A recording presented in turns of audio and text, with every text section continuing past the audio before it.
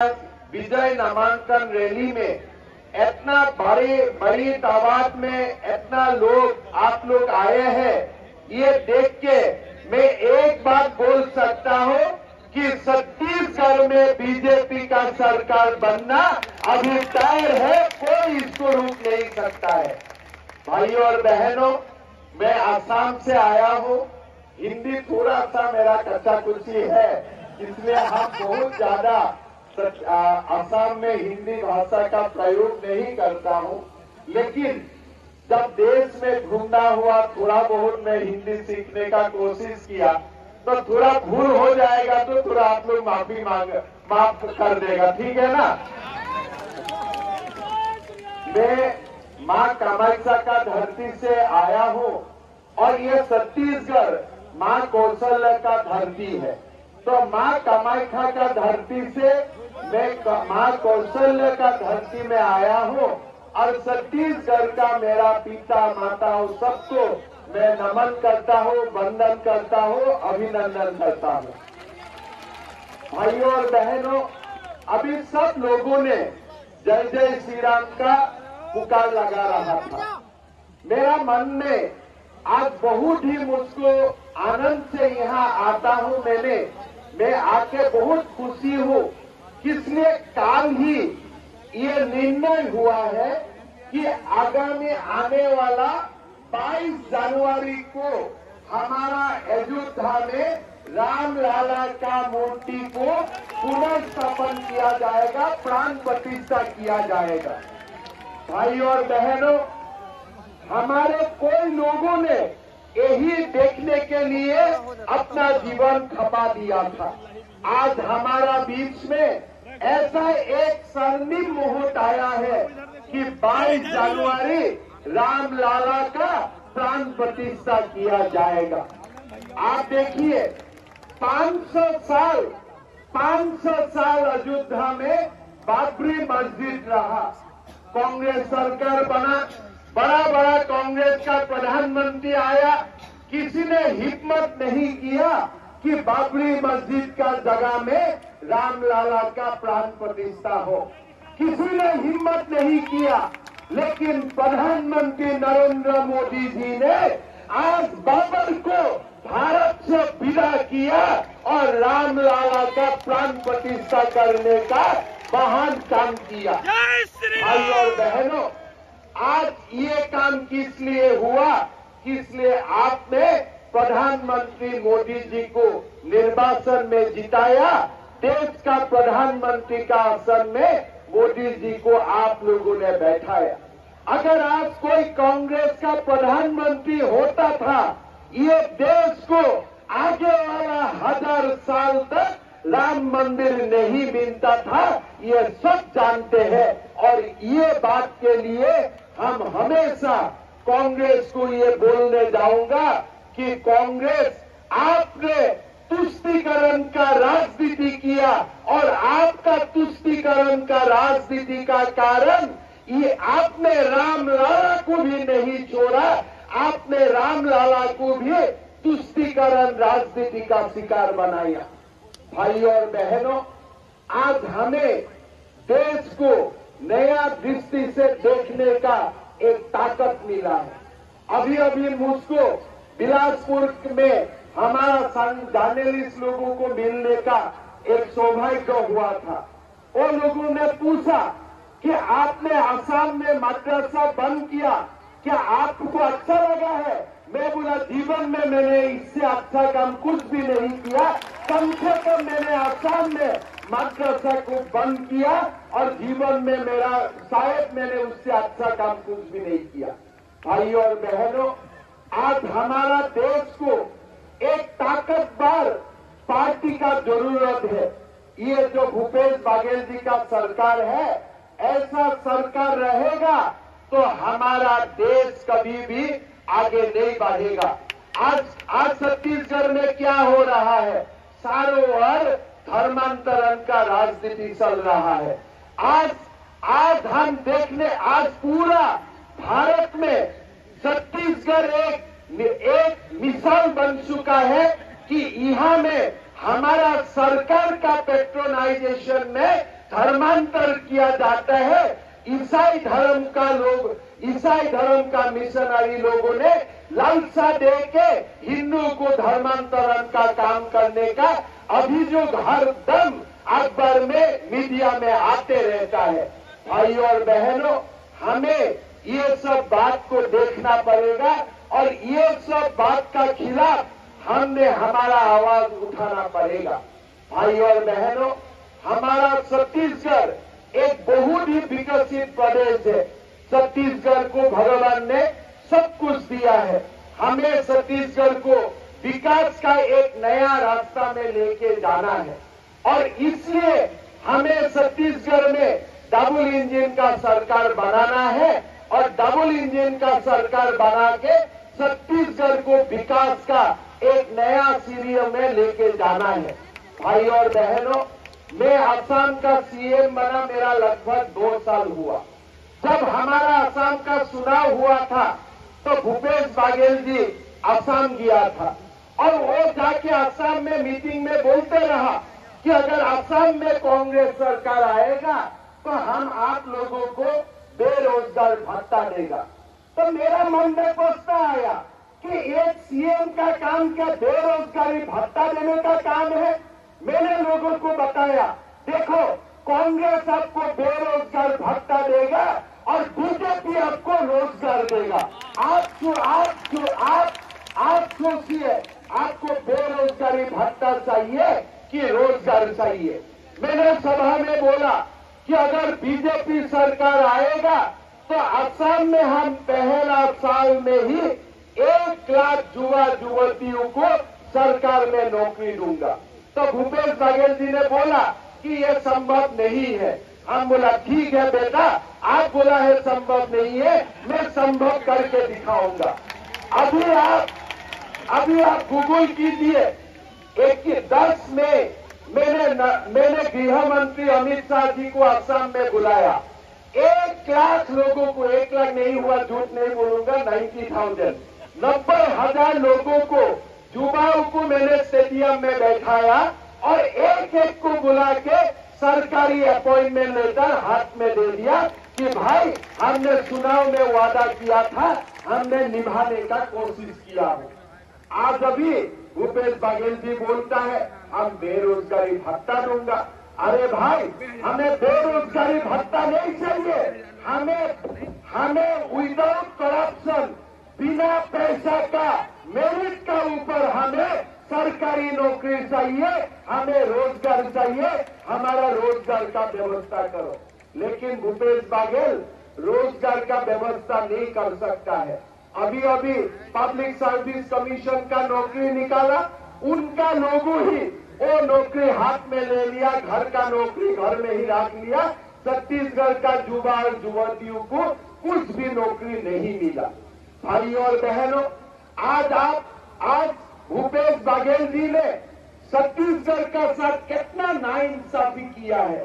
प्रधानमंत्री मोदी जी ने 16 लाख पक्का मकान बनाने के लिए छत्तीसगढ़ में पैसा भेजा। भूपेश बघेल जी ने एक भी घर नहीं बनाया। क्यों नहीं बनाया? इसलिए वो स्कीम का नाम है प्रधानमंत्री आवास योजना। भैया, प्रधानमंत्री आवास योजना हो या सीएम आवास योजना हो, घर तो गरीब के लिए था ना। आप गरीब को घर से आपने कैसे अलग कर सकते हो?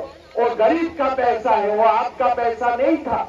आपको तो ये बोलना चाहिए था कि नरेंद्र मोदी जी हमें और 10 लाख घर भेजिए, हम तो खुशी से घर बनाऊंगा, मकान बनाऊंगा, गरीब को घर देने का काम करूंगा। लेकिन उन्होंने नहीं किया और यही 2 साल में प्रधानमंत्री नरेंद्र मोदी जी ने असम को 14 लाख मकान दिया और मैंने 2 साल में ही 14 लाख मकान बना दिया हो। इसलिए वो मेरा नहीं, वो गरीब का हक था। भूपेश बघेल जी ने गरीब को अपना हक से छीना। आज भूपेश बघेल जी का सरकार में छत्तीसगढ़ का नाम क्या हो गया कि छत्तीसगढ़ दारू का घोटाला के लिए छत्तीसगढ़ पूरा इंडिया में फेमस हो गया। जहां छत्तीसगढ़ मां कौशल्या के लिए फेमस है, जहां छत्तीसगढ़ अपना संस्कार के लिए फेमस है, जो छत्तीसगढ़ अपना संस्कृति के लिए पूरा देश में जाना जाते हैं, वही छत्तीसगढ़ का जो परिचय है, वो परिचय भूपेश बघेल जी ने कोयला घोटाला, दारू घोटाला का साथ ये छत्तीसगढ़ का नाम जोड़ दिया है। भाई और बहनों, ये भूपेश बघेल जी ने सरकार में कुछ काम नहीं किया। मोदी जी ने जो काम किया उसका ऊपर थोड़ा सा पानी मार के अपना नाम लेने का कोशिश किया। अभी अभी मुझको किसी ने पूछ रहा था कि भूपेश बघेल जी ने धान खरीदारी में अपना खजाना से 600 रुपया देता है।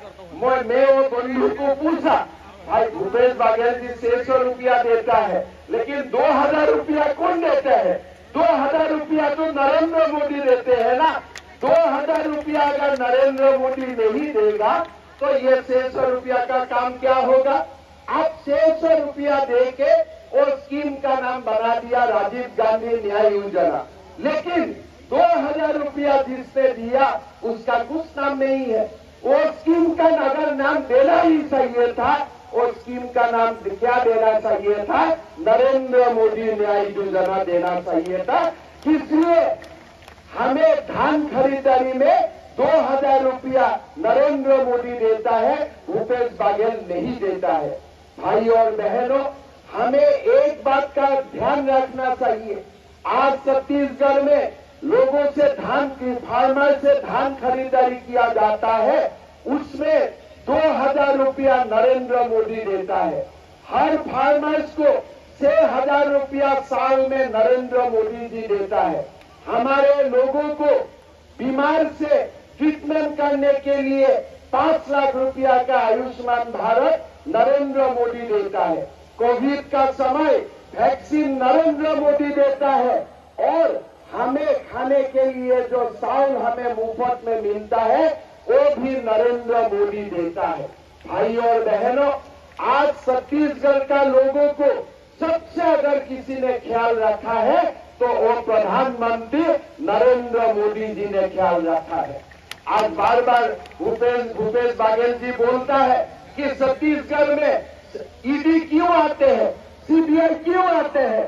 अगर कोई छत्तीसगढ़ का सरकार दारू में भी घोटाला करेगा, कोई सरकार कोयला में भी घोटाला करेगा, कोई सरकार गोबर में भी घोटाला करेगा, तो सीबीआई और ईडी नहीं आके वहां में कौन आएगा? आप ही खुद बोलिए। तो आप ही सीबीआई को बुला रहा है, आप भी ईडी को बुला रहा है। आप क्यों गोबर का घोटाला किया? आपने क्यों दारू का घोटाला किया? आपने क्यों कोयला का घोटाला किया? अगर ये सब नहीं होता है तो सीबीआई भी नहीं है, वो सब नहीं है तो ईडी भी नहीं है। लेकिन आप घोटाला का ऊपर घोटाला करेगा और ईडी आने से आप नाराज हो जाते हैं।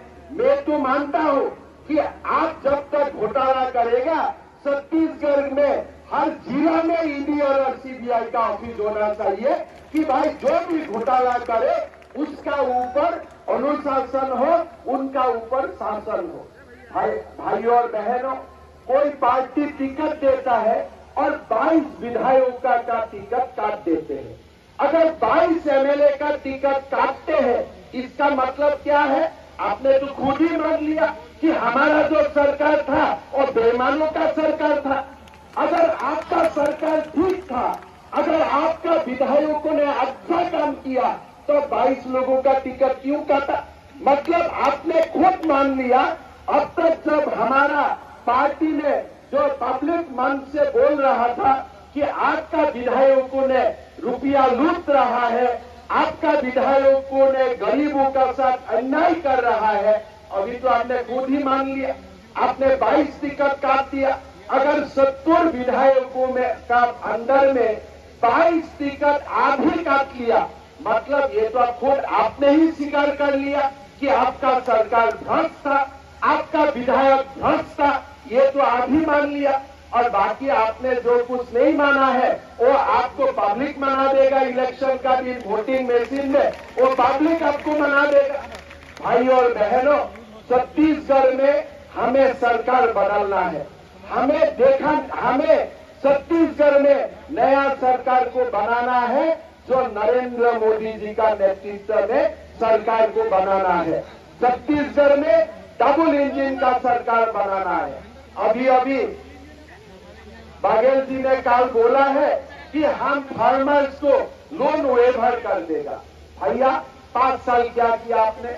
अगर 5 साल आपने सरकार चलाया और अभी भी फार्मर्स को लोन वेवर का जरूरत है, मतलब आपने कुछ काम नहीं किया। अगर फार्मर्स का बेटाओं को रोजगार मिल जाता था, वो तो बैंक जाता ही नहीं था।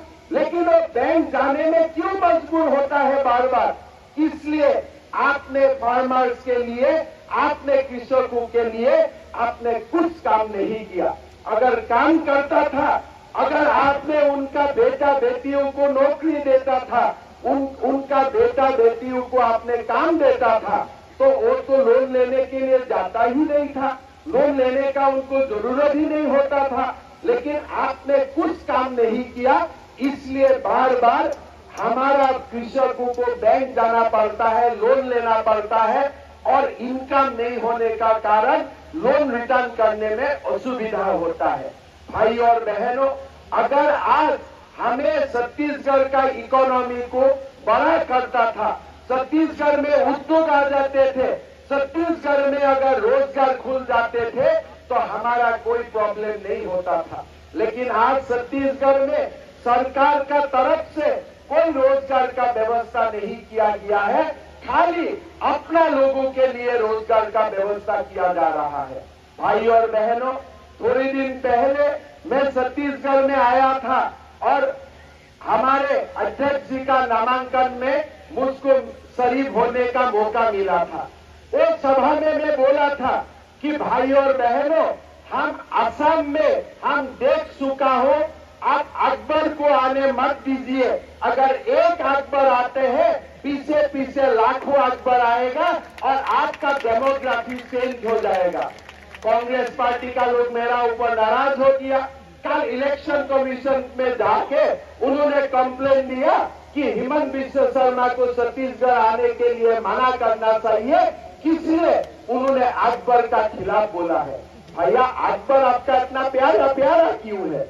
आपका अकबर इतना प्यारा क्यों है? मैं तो असम का बात बोला था कि असम में हमारा बुजुर्ग ने ये अकबर को बांग्लादेश से बुला लिया था, और आज असम का डेमोग्राफी पूरा चेंज हो चुका है और सुप्रीम कोर्ट खुद माना है कि असम का ऊपर